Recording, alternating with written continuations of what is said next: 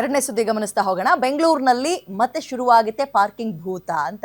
ನಗರದಲ್ಲಿ ಹೆಚ್ಚಾಗ್ತಾ ಇರೋ ಈ ಟ್ರಾಫಿಕ್ ಅನ್ನ ಕಂಟ್ರೋಲ್ ಮಾಡೋಕೆ ತಂತ್ರಕ್ಕೆ ಮುಂದಾಗ್ತಾ ಇದ್ದಾರೆ. ಸರ್ಕಾರದಿಂದ ಪರಿಷ್ಕೃತ ಪಾರ್ಕಿಂಗ್ ನೀತಿ ಜಾರಿಗೆ ಚಿಂತನೆ ಮಾಡ್ತಾ ಇದ್ದು ಜಿಬಿಎ ವ್ಯಾಪ್ತಿಯಲ್ಲಿ, ಅಂದ್ರೆ ಮುಂಚೆ ಬಿಬಿಎಂಪಿ ಅಂತ ಇದ್ವಲ್ಲ, ಈ ಜಿಬಿಎ ವ್ಯಾಪ್ತಿಯಲ್ಲಿ ಪಾರ್ಕಿಂಗ್ ನೀತಿ ಜಾರಿಗೆ ಈಗ ಮುಂದಾಗ್ತಾ ಇದ್ದಾರೆ.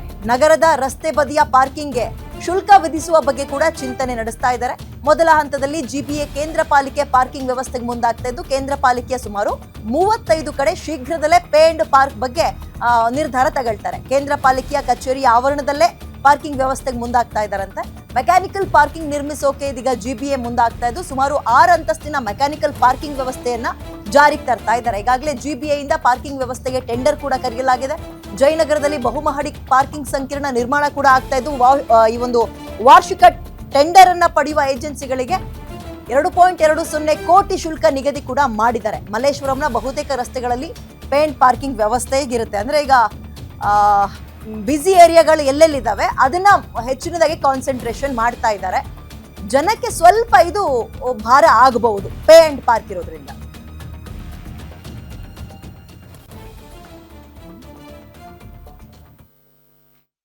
ಪಾರ್ಕಿಂಗ್ ಎಲ್ಲ ಸರಿಯಾಗಿ ಆಗಬೇಕು, ಅದು ಸೋರ್ಸ್ ಆಫ್ ರೆವೆನ್ಯೂಸ್ ಇದೆ. ಪ್ಲಸ್ ಇಲ್ಲಿಗಲ್ ಪಾರ್ಕಿಂಗ್ ತಡೆಯಲಿಕ್ಕೆ ನಾವು ಈಗಾಗಲೇ ಗೈಡ್ಲೈನ್ಸು ಎಲ್ಲ ವರ್ಕೌಟ್ ಮಾಡಿ ಕಾರ್ಪೊರೇಷನ್ ಕೊಟ್ಟಿದ್ದೇವೆ. ಸೆಂಟ್ರಲ್ ಕಾರ್ಪೊರೇಷನ್ ಒಂದು 35 ರೋಡ್ಸ್ ಐಡೆಂಟಿಫಿಕೇಶನ್ ಮಾಡಿ ಟೆಂಡರ್ ಕರೆದಿದ್ದಾರೆ. That will be standard rates ಹೊಂದಿದೆ. ಅದರ ನಾವು ಏನು ವರ್ಕೌಟ್ ಮಾಡಿದೆ ಸರ್ಕಾರದ್ದು DOLT-ನಲ್ಲಿ, ಅದನ್ನು ಒಂದು ಕಮಿಟಿ ಅದನ್ನು ವರ್ಕೌಟ್ ಮಾಡಿ ಡೀಟೇಲ್ಸ್ ಕೊಟ್ಟಿದ್ದಾರೆ ಎಷ್ಟು ಕಡಿಮೆ ಆಗ್ತದೆ. ಆ ದೃಷ್ಟಿಯಿಂದ ಈಗ ನೋಡಬೇಕು, ಯಾವುದು ಬಿಡರ್ ಬಂದುಬಿಟ್ರೆ ಈಗ ಮಾಡ್ತೇವೆ. But we are committed to ensure that parking has to be paid and people have to park in only the designated parking areas. Daily ಇದರ ಜೊತೆಗೆ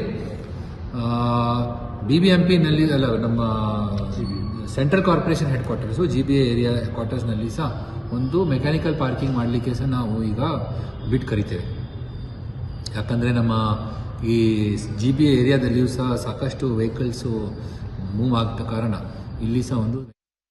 ಓಕೆ, ಇದ್ರ ಬಗ್ಗೆ ಮತ್ತಷ್ಟು ಮಾಹಿತಿನ ನನ್ನ ಕರೆಗ ಗಿರೀಶ್ ನೀಡ್ತಾರೆ. ಗಿರೀಶ್, ಬೆಂಗಳೂರು ಪಾಲಿಗೆ ಪರಿಹಾರನೇ ಕಂಡುಕೊಳ್ಳಕ್ಕಾಗದಲ್ಲೇ ಇರುವ 2 ಸಮಸ್ಯೆ ಅಂದ್ರೆ ಒಂದು ಟ್ರಾಫಿಕ್, ಇನ್ನೊಂದು ಪಾರ್ಕಿಂಗ್. ಈಗ ಹೊಸ ಪಾರ್ಕಿಂಗ್ ನೀತಿ ತರ್ತೀವಿ ಅಂತ ಇದ್ದಾರೆ.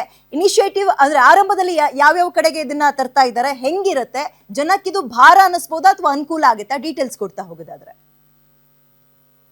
ವಿದ್ಯಾ, ಬೆಂಗಳೂರಿನಲ್ಲಿ ಪಾರ್ಕಿಂಗ್ ವ್ಯವಸ್ಥೆ ಅಥವಾ ಏನು ವಾಹನಗಳ ಪಾರ್ಕಿಂಗ್ ಇದೆ, ಇದೊಂದು ಸಾಮಾಜಿಕ ಪಿಡುಗು ಅಂತಾನೆ ಹೇಳ್ಬೋದು. ಯಾಕಂದ್ರೆ ಉದ್ಯಮಗಳು ಹೆಚ್ಚುತ್ತಿರುವ ಹಿನ್ನೆಲೆಯಲ್ಲಿ ಬೇರೆ ಬೇರೆ ರಾಜ್ಯಗಳಿಂದ ಬೆಂಗಳೂರಿಗೆ ಜನರು ಆಗಮಿಸ್ತಾ ಇದ್ದಾರೆ. ಅದೇ ರೀತಿ ವರ್ಷದಿಂದ ವರ್ಷಕ್ಕೆ ಅಷ್ಟೇ ಅಲ್ಲದೆ ದಿನದಿಂದ ದಿನಕ್ಕೆ ವಾಹನಗಳ ಸಂಖ್ಯೆ ಹೆಚ್ಚಾಗ್ತಾ ಇದೆ. ಈ ಒಂದು ಹಿನ್ನೆಲೆಯಲ್ಲಿ ಗ್ರೇಟರ್ ಬೆಂಗಳೂರು ಅಥಾರಿಟಿ ಕೆಲವೊಂದು ಸುಧಾರಣೆಗಳನ್ನ ಮಾಡ್ಲಿಕ್ಕೆ ಈ ಒಂದು ನಿಯಮಗಳನ್ನ ಏನು ಚಾಲ್ತಿಗೆ ತರ್ತಾ ಇದೆ ಅಂತಾನೆ ಹೇಳ್ಬೋದು. ಅದರಲ್ಲಿ ಅತಿ ಪ್ರಮುಖವಾಗಿ ಬೆಂಗಳೂರು ಕೇಂದ್ರ ಕಚೇರಿ ವ್ಯಾಪ್ತ ಪ್ರದೇಶದಲ್ಲಿ ಬರತಕ್ಕಂತಹ ಕೆಲವೊಂದು ಪ್ರದೇಶಗಳಲ್ಲಿ ಅಂದ್ರೆ ಸುಮಾರು 35 ಕಡೆ ಈ ಒಂದು ಬಹುಮಹಡಿ ಕಟ್ಟಡವನ್ನು ನಿರ್ಮಾಣ ಮಾಡ್ಲಿಕ್ಕೆ ಟೆಂಡರ್ ಅನ್ನ ಕರೆದಿದ್ದೇವೆ ಅನ್ನೋ ಮಾಹಿತಿ ಕೂಡ ರಿಲೀಸ್ ಮಾಡಿದ್ದಾರೆ. ಇನ್ನು ಎರಡನೇದಾಗಿ ಏನು ಜಯನಗರದಲ್ಲಿ ಈಗಾಗಲೇ ಒಂದು ಬಹುಮಹಡಿ ಕಟ್ಟಡವನ್ನ ಕಟ್ಟಬೇಕು, ಅದು ಕೂಡ 6 ಅಂತಸ್ತಿನ ಸುಸಜ್ಜಿತ ಪಾರ್ಕಿಂಗ್ ವ್ಯವಸ್ಥೆ ನಿರ್ಮಾಣ ಮಾಡ್ಲಿಕ್ಕೆ ಟೆಂಡರ್ ಅನ್ನ ಕೊಡ್ತೀವಿ ಅನ್ನೋ ಮಾಹಿತಿ ಎರಡನೇದು. ಇನ್ನು ಮೂರನೇದಾಗಿ ಈಗಾಗಲೇ ಸಾಕಷ್ಟು ಕಂಪನಿಗಳಿಗೆ ಟೆಂಡರ್ ಅನ್ನ ಕರೆದಿದ್ದು ಅವರು ವರ್ಷಕ್ಕೆ 2.2 ಕೋಟಿ ರೂಪಾಯಿಯನ್ನ ಏನು ನಿಗಮಕ್ಕೆ ಪೇ ಮಾಡಬೇಕು ಅನ್ನೋ ಮಾಹಿತಿ ಕೂಡ ಲಭ್ಯವಾಗ್ತಾ ಇದೆ. ಇನ್ನುಳಿದಂತೆ ಪಾರ್ಕಿಂಗ್ ವ್ಯವಸ್ಥೆ ಬಗ್ಗೆ ನಾವು ಮಾತಾಡ್ಲೇಬೇಕು. ಏನು ಈ ಹಿಂದೆ ಇದ್ದಂತಹ ಪಾರ್ಕಿಂಗು ಇವಾಗ ಏನು GBA ಕೊಡ್ತಿರುವ ಒಂದು ಬ್ಲೂ ಪ್ರಿಂಟ್ ಏನಿದೆ, ಇದಕ್ಕೆ ತುಂಬಾ ವ್ಯತ್ಯಾಸ ಇದೆ. ಯಾಕಂದ್ರೆ ಒಂದು 2 ವೀಲರ್ಗೆ 1 ಗಂಟೆಗೆ ಸುಮಾರು ಏನು 15 ರೂಪಾಯಿ, ಅದೇ ರೀತಿ ಒಂದು ದಿನದ ಪಾಸ್ಗೆ 75 ರೂಪಾಯಿನ 2 ವೀಲರ್ ಯಾರ್ಯಾರು ಹೊಂದಿರ್ತಾರೆ ಅವರು ಪೇ ಮಾಡ್ಬೇಕಾಗಿರುತ್ತೆ. ಅದೇ ರೀತಿ ಇನ್ನು ಕಾರ್ ಆಗಿರ್ಬಹುದು, ಅದೇ ರೀತಿ 4 ಚಕ್ರದ ವಾಹನಗಳು 1 ಗಂಟೆಗೆ 75 ರೂಪಾಯಿ, ಹಾಗೆ ಒಂದು ದಿನದ ಪಾಸ್ಗೆ ಸುಮಾರು 100 ರೂಪಾಯಿಯನ್ನ ಪೇ ಮಾಡ್ಬೇಕಾಗಿದೆ. ಹೀಗೆ ಇದು ಒಂದು ಕಡೆ ಸುಧಾರಣೆ ಆದ್ರೆ ನಿಜವಾಗಿಯೂ ಇದು ಮಧ್ಯಮ ವರ್ಗದವರಿಗೆ ಒಂದು ಬರೆ ಅಂತಾನೆ ಹೇಳ್ಬೋದು. ಯಾಕಂದ್ರೆ ಎಲ್ಲಿ ಅಡ್ಡದಿಡ್ಡಿಯಾಗಿ ವಾಹನವನ್ನ ಪಾರ್ಕ್ ಮಾಡಿ ಅವರ ಕೆಲಸವನ್ನ ಮಾಡ್ತಾ ಹೋಗ್ತಾ ಇದ್ರು. ಆದ್ರೆ ಇನ್ನು ಮುಂದೆ ಈ ಎಲ್ಲಾ ವಾಹನ ಪಾರ್ಕಿಂಗ್ಗೆ ಏನು ಹಣವನ್ನ ಪೇ ಮಾಡ್ಬೇಕು ಅಂತ ಅಂದ್ರೆ ಏನು ಬಡವರಿಗೆ ಅಥವಾ ಮಧ್ಯಮ ವರ್ಗದವರಿಗೆ ಬರೆ ಅಂತಾನೆ ಹೇಳ್ಬೋದು. ಆದ್ರೆ ಯಾವ ರೀತಿ ಈ ಒಂದು ಸುಧಾರಣೆ ತರ್ತಾರೆ ಅನ್ನೋದನ್ನ ಕಾದು ನೋಡ್ಬೇಕಾಗಿದೆ Vidya. Well, thank you Girish ಡೀಟೇಲ್ಸ್ಗೆ.